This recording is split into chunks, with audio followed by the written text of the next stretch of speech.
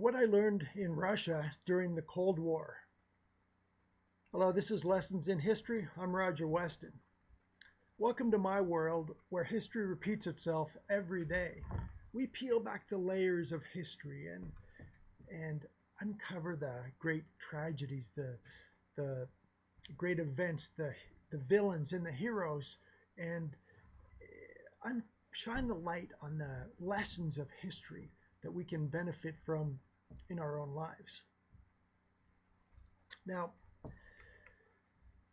in the Cold War, now this is the very end of the Cold War, 1989. I had a chance. I was in Spain. I was a student in Spain at the time, and had a chance to go to Russia. And at this time, Americans were not allowed into Russia. It was a communist country. It was, after all, the United Soviet Socialist Republic. This is the workers' paradise. It is the utopia. And it was also a great country, a great superpower. So I thought, well, because I was in Spain, and got a visa coming from Spain, I was able to go into Russia at that time.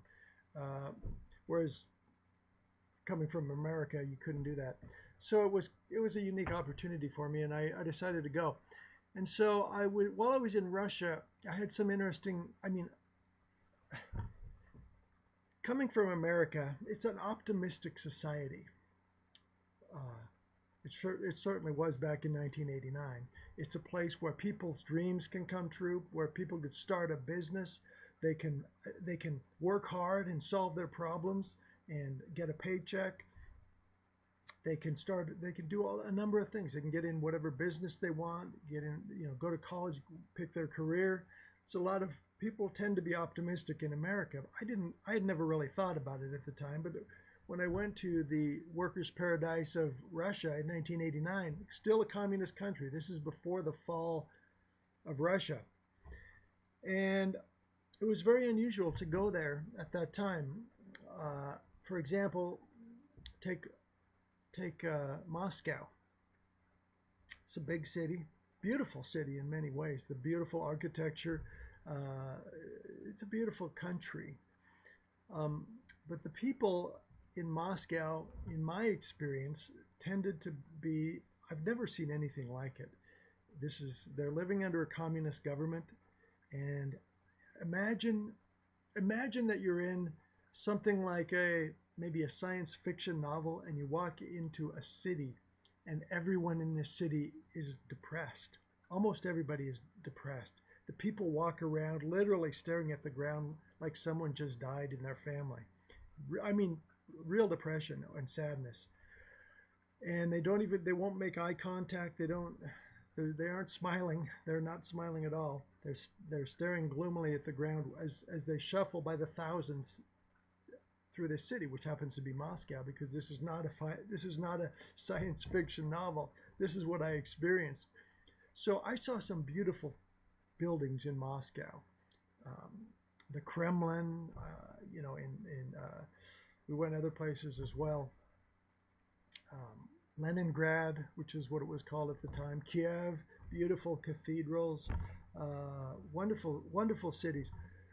But the people I found to be depressed in mass. And it was like there was a cloud hanging over the country, and it settled on me too. And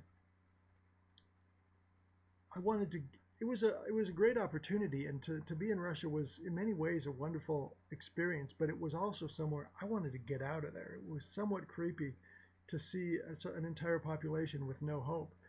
And that's what they found in the workers' paradise. Now, I won't say everybody was depressed. There was one class of, a very small class at the time, in my experience. There was one class of people that were actually quite a lot like Americans. They were very optimistic, very energetic, very lively, sociable, and those were the criminals. The criminals were doing quite well. The fake money changers, the thieves. These people had a lot to be optimistic about, and they were.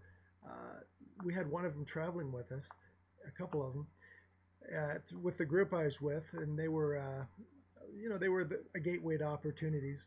They knew they could open doors, and they were very optimistic people, but they were the exception. And I think the reason why is because they were working outside the system. They were working in sort of an underground economy.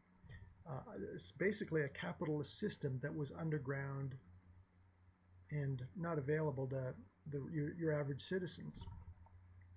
And so they had more hope. So that was my experience of Russia during the Cold War. And so I find it quite interesting when I hear of people looking to Venezuela and Cuba and saying, well, that's what we want to do as well because it's the workers' paradise. Um, Very interesting, very fascinating psychology. And, I think we can learn from history. Another thing about walking around Russia is the as you walk around in Russia back then, I'd come. First of all, it's hard to get anything to eat in there, in my experience. There's not restaurants. There was no fast food restaurants.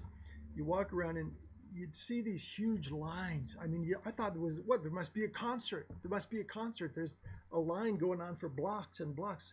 And so you ask someone, what are you waiting in line for? And they go, I don't know. They don't know what they're waiting in line for. They just think that something might be for sale. I guess if you're half starved and desperate for everything, you'll just want to wait in line for hours and hours just to see what might be available. And so I waited in one of these lines to see what it was to see. I wanted to see what was available too. So I got in this store. It was like a giant, imagine like a huge department store, like you know, it was an old looking building, but it was a huge department store, as big as like a Nordstrom or a Saks Fifth Avenue or something. And you get in this multi-storied department store, and it's very creepy because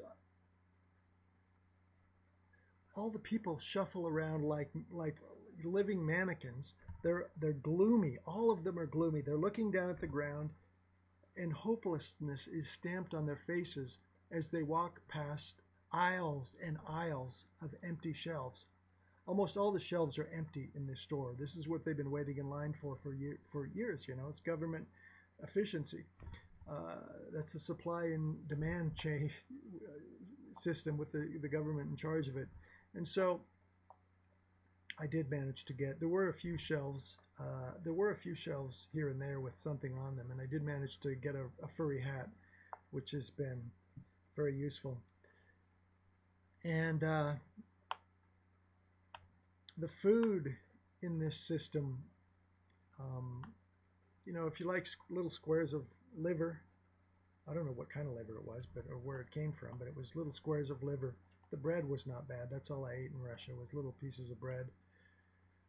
And the water had the little jar. The water comes in bottles, and you could see things. You could see things in the water. So I didn't drink the water. I don't know how I survived actually, but it was not encouraging. And this is what you get, I guess, when there's no competition to improve services, improve efficiency, improve quality in order to gain customers.